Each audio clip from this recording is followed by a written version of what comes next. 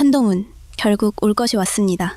긴급 수사가 시작됐다는 속보가 터졌고 부산 둑갑에서는 재선거설까지 흘러나오고 있습니다. 도대체 무슨 일이 벌어지고 있는 건지 영상에서 직접 확인하시죠.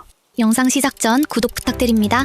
그 한동훈인데 저는 참 이 한동훈이라는 사람이 신기해요. 운도 참 좋은 것 같고 73년생이 법무부 장관까지 했잖아요. 굉장히 어린 나이에 사법고시를 패스해서 강남에서 현대고등학교 나와서 강남 8학군에서 자라고 서울대 법대를 가고 언론에서도 한동훈을 얼마나 좋아하는지 한동훈이 뭐 어릴 때 고등학교 때 금목걸이를 차고 다녔다. 뭐 싸움도 잘했다. 뭐 이런 식으로 한동훈을 참 좋아하더라고요. 그래서 전 이해는 안 됩니다만 하여간 근데 그렇다고 인생이 그렇게 계속 운이 좋지는 않아요. 언젠가 한번 제대로 자빠진 날이 옵니다. 저는 계속해서 이번에 또 국회의원 된 것도 진짜 미스터리 하잖아요. 저는 이번 지방선거 뭐 성공이냐 실패냐 의견이 많은데 그냥 딱 하나. 한동훈 국회에 들어오게 한 거는 너무 큰 패착이었다. 그거 하나. 뭐 서울시장 지고 평택 이런 거 저는 그럴 수 있다고 봅니다. 선거라는 게 알 수 없으니까.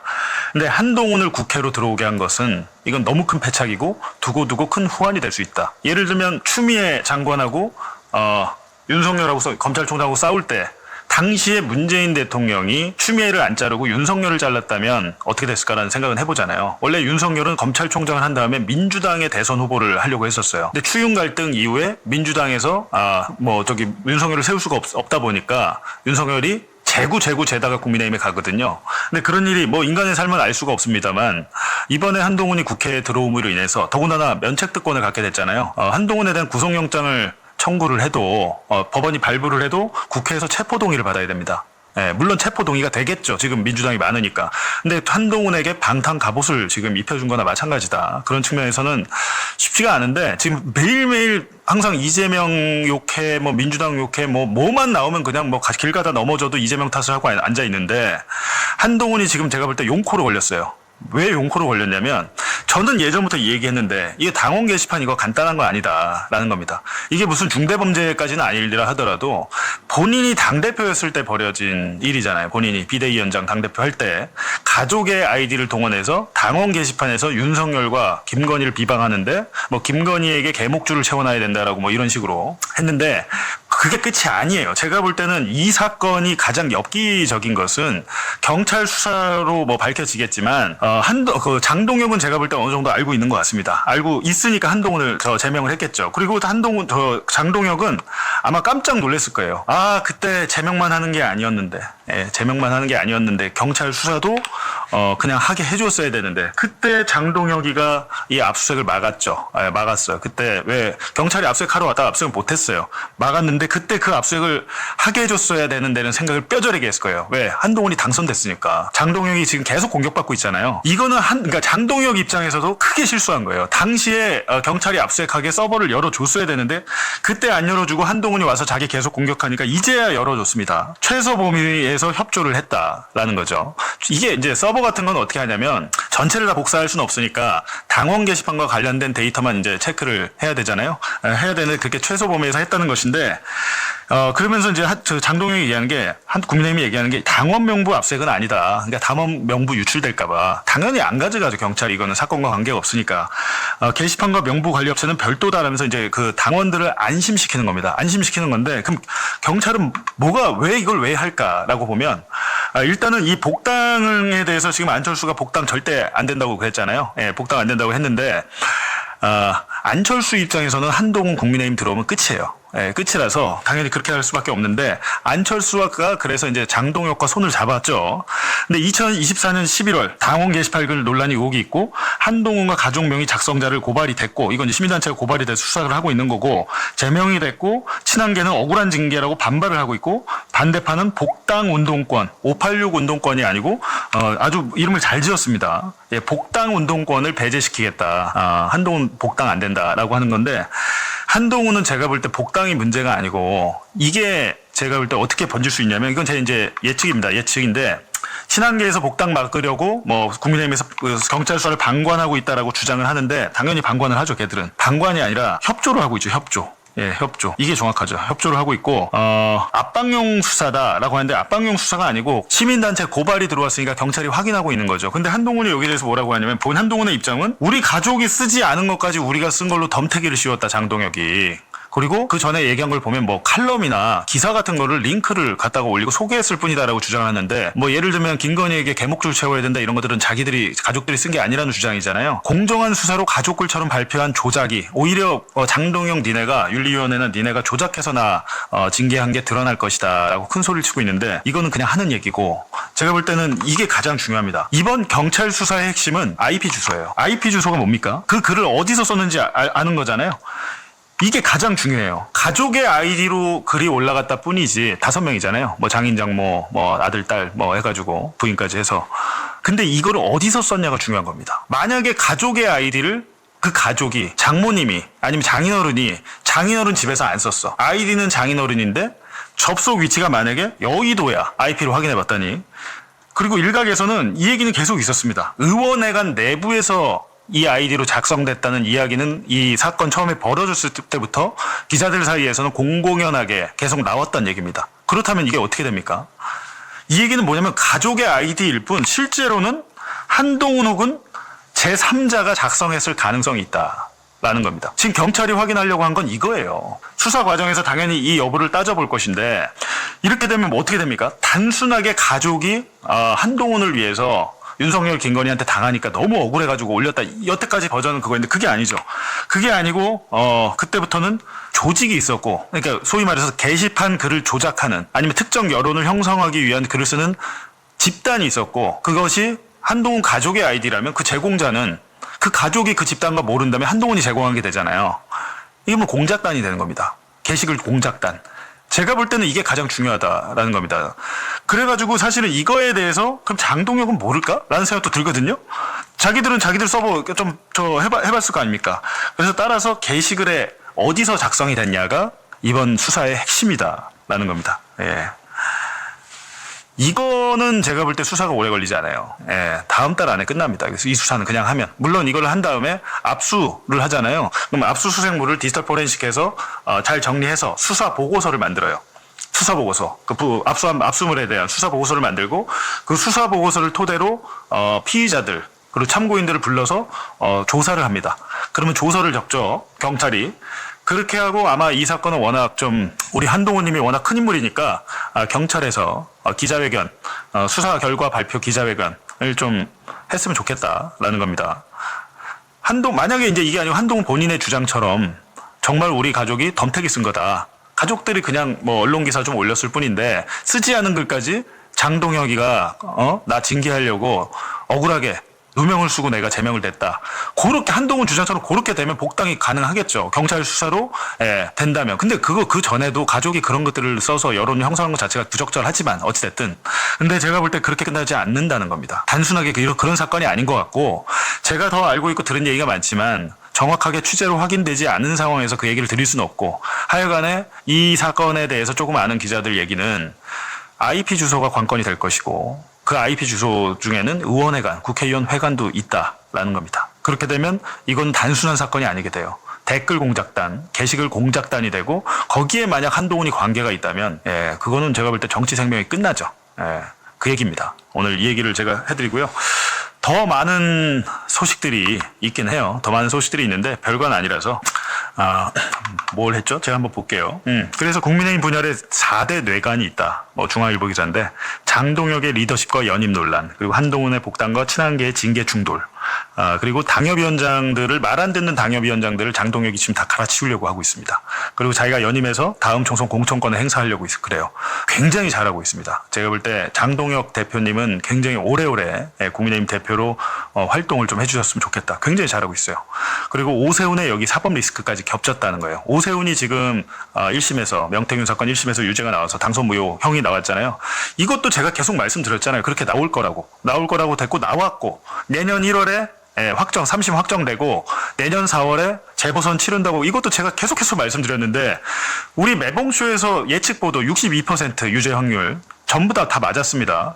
윤석열, 명태균 유죄 나온다 예측했고 맞았어요. 그것도 82%인가 굉장히 높게 나왔죠.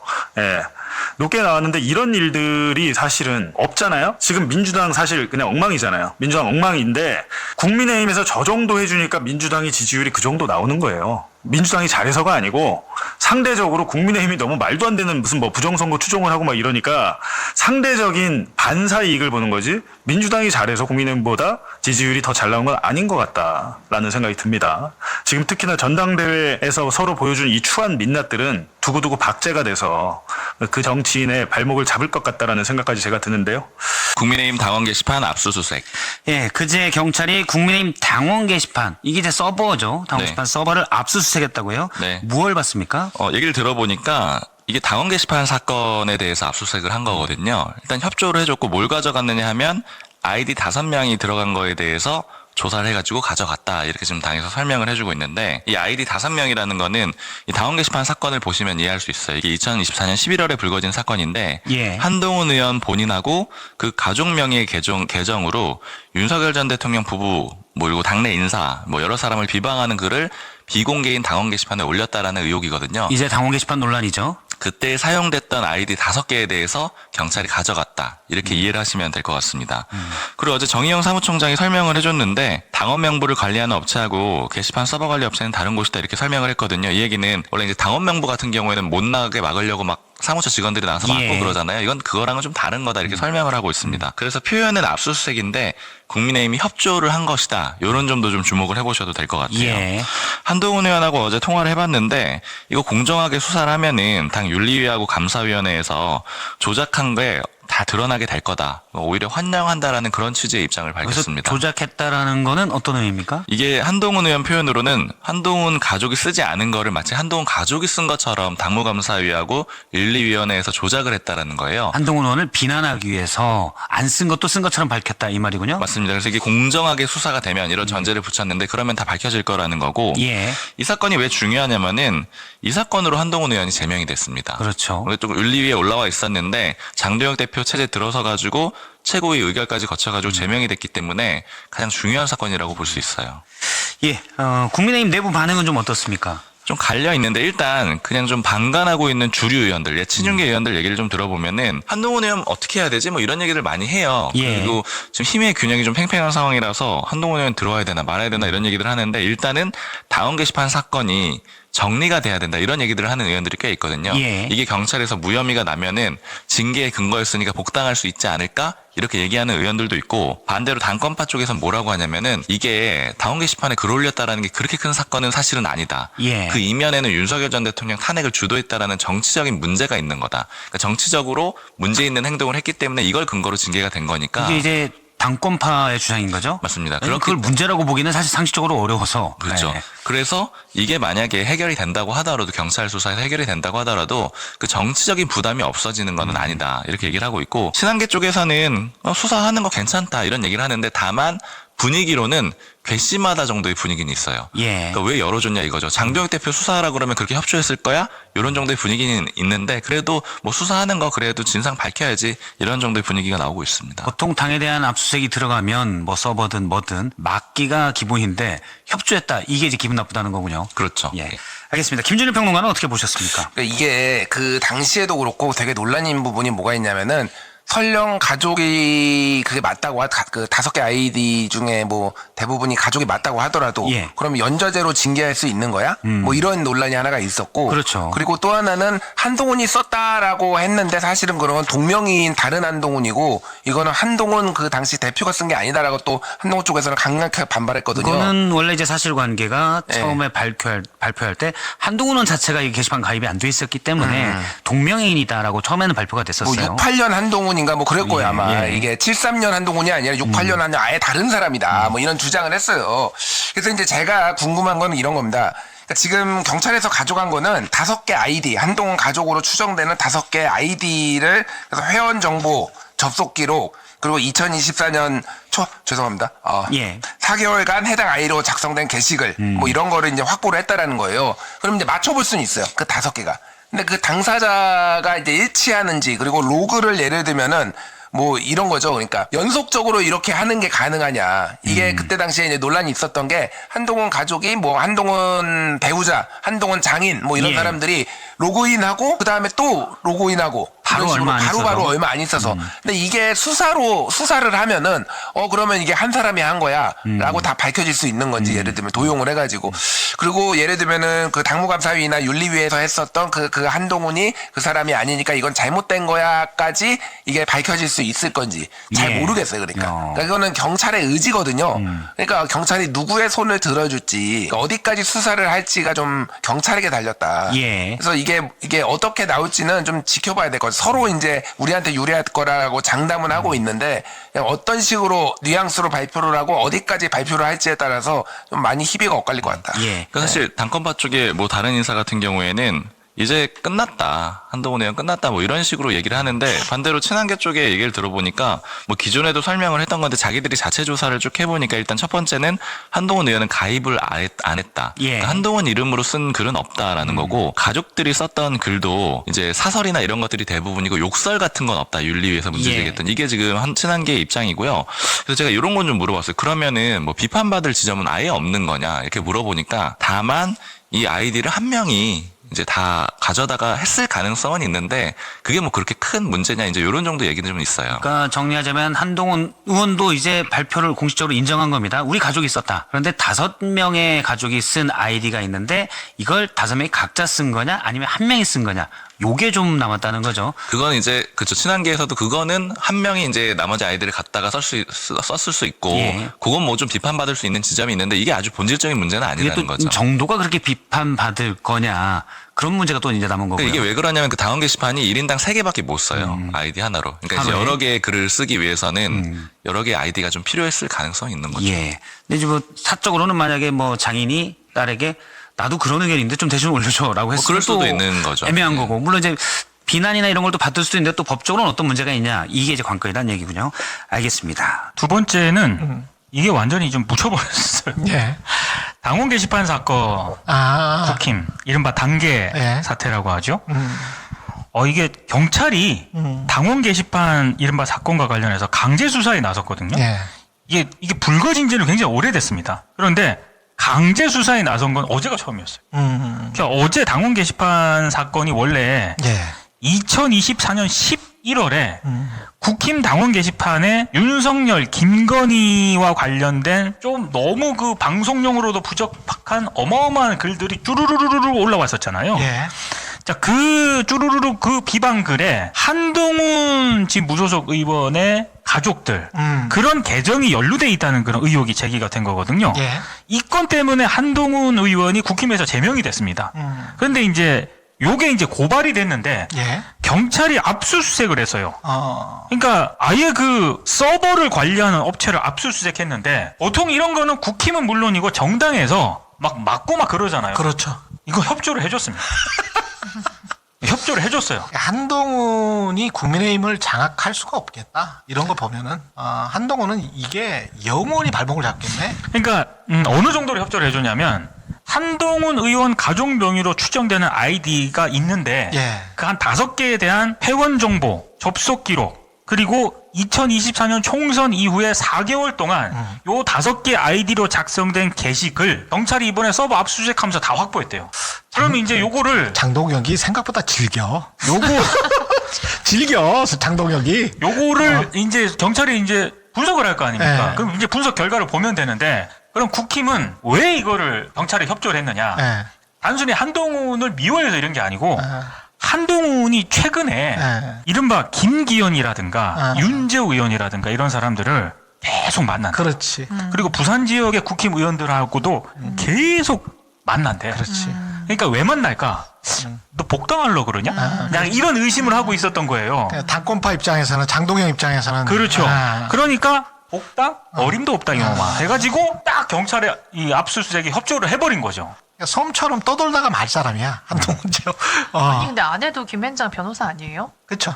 저런 거를 아니 그 아내도 연루가 됐다는 의혹이 지금 제기가 된 의혹이죠, 상황입니다. 의혹. 예. 당협위원장 교체한대요. 네. 아, 윤타짜는 당협위원장 아니죠? 아, 그냥 교체될 일이 없겠구나. 네. 그 아픈 과거를 지금 과거에 교체당했죠. 장동혁 대표가 조강특위 열어가지고 그다음에 싸우지 않는 당협위원장 교체한다. 뭐 이런 얘기들을 해요. 이게 이제 당원 당규에 따르면 조강특위가 짝수의 8월에 있어서 당협위원장 재임명 절차가 있다면서요. 그러니까 절차적으로 문제는 없는 거잖아요. 없죠. 근데 예전에는 이제 그냥 대충 연임하던 거를 이번에 좀 엄격하게 들여다보겠다는 건데 윤타짜 과거에 조강특위 해봤죠. 많이 받았죠. 3번 받았어요. 네, 많이 받아봤죠. 그러니까 조광특위가 아니라 당무감사를 당무감사. 받았어요. 3번 받았어요. 당무감사하고 이제 조강특위 가는 거예요. 예. 지금 이 타이밍 이걸 하는 게 진짜 당원 당규에 충실하기 위해서 정말 순수한 마음에서 하는 거예요. 뭔가 정치적 의도가 있다고 봐요. 정치적 의도가 있죠. 어떤? 그 이전에 선출직 공무원 뭐 평가 TF도 만들었잖아요. 예. 결국은 지도부와 생각이 같은 분으로 진영을 짜겠다는 의사 표시고 그렇다면 평가를 해서 지금 있는 사람 중에 그렇지 않은 사람들은 속간하겠다는 얘기. 거기 하나 더 나가서 타당도 그렇다 하면서 굳이 현역 의원에 대해서도 다르지 않다 이런 얘기를 했단 말이에요. 정용 사무총장이. 예. 이 얘기는 현역 의원인데 당협위원장 당연히 그렇잖아요. 예. 그걸 뺐겠다. 현역 의원인데 그 지역구에서 당협위원장이 아닌 사람이 나올 수 있다. 이건 굉장히 큰 거예요. 제가 왜 이러냐면 예. 이제까지 그런 예는 없었죠. 현역 의원을 당협위원장. 최근에 없었어요. 2020년 총선 이후에 이제 김종인 비대위 때부터 생각을 해보면 그때도 당시에 이양희 당무감사위원장이 계셨어요. 나중에 윤리위원장 하시던. 그분이 굉장히 당무감사를 세게 해서 20년 총선을 완전히 졌잖아요. 지고 나서 굉장히 정말 깊게 당무감사에서 굉장히 많은 숫자를 교체해야 된다는 의견을 들고 오고 막 그랬단 말이에요. 발표하려고 그랬어요. 그걸 결국 못했죠, 발표를. 그러면서 숫자를 많이 줄여서 결국 하긴 했는데 그 과정에서 현역 의원은 안 건드린다 이런 게 하나 생기고 그 이후에 그런 적이 많아요. 명시적으로 현역 의원은 안 건드린다고 하는 당무감사도 있었어요. 그러니까 지금까지 최소 6년 동안은 현역 의원인데 지역구에서 어떻게 물러난다. 당협위원장을. 그런 경우는 없었다. 근데 이번에 현역 의원 건드릴 것 같아요? 저는 난 그렇게 대충 명단이 머릿속에 있어 지금. 장동국 대표의 어떤 정치적 목적이라고 하면 우리 다 아는 몇몇 사람들이겠다. 그리고 아마 경고성으로 뭐 영남이든 어디든 중진 한두 분에 대해서도 그럴 가능성이 있어 보여요. 다 그럴 수는 없겠죠. 중진 한두 사람의 반대파? 친한 게 몇 명? 뭐 예를 들어 뭐 중진 한두 사람, 친한 게 몇 명, 또 대한감이래 뭐 이렇게 섞어가지고 뭐 한 짜지 않을까? 한 5명만 해도. 근데 저는 장동혁 대표 그러면은 저는 완전히 망가질 것 같은데요. 현역 건드리면? 아니 왜냐면 이거는 상상의 영역을 좀 넘어선 것 같아요. 아니 현역 의원이 있는데 이거를 우리로 지역위원장인데 지역위원장이 저희는 뭐 상상을 해본 적이 없거든요. 어떻게 현역 의원이 있는데 거기에 지역위원을 어떻게 가요? 근데 하물며 이 굴욕적인 사태를 보고 누가 참겠습니까? 그러니까 적당히 하고 금도를 넘지 않아야지 이 정도에서 참고 지켜보는 거지. 저는 그러면은 그 외에 상관없는 그 다른 사람들도 이것 봐라. 일이 내일이 될 수도 있겠네. 여러 가지 고민이 될 겁니다. 그래서 저는 장동혁 대표 혹여라도 그런 생각한다면 저는 정말 잘못 선택한 것 같다. 저도 안 할 거라고 보고요. 현역 의원들은? 현역 의원을 날리려면 누가 봐도 저 사람은 할 말이 없어.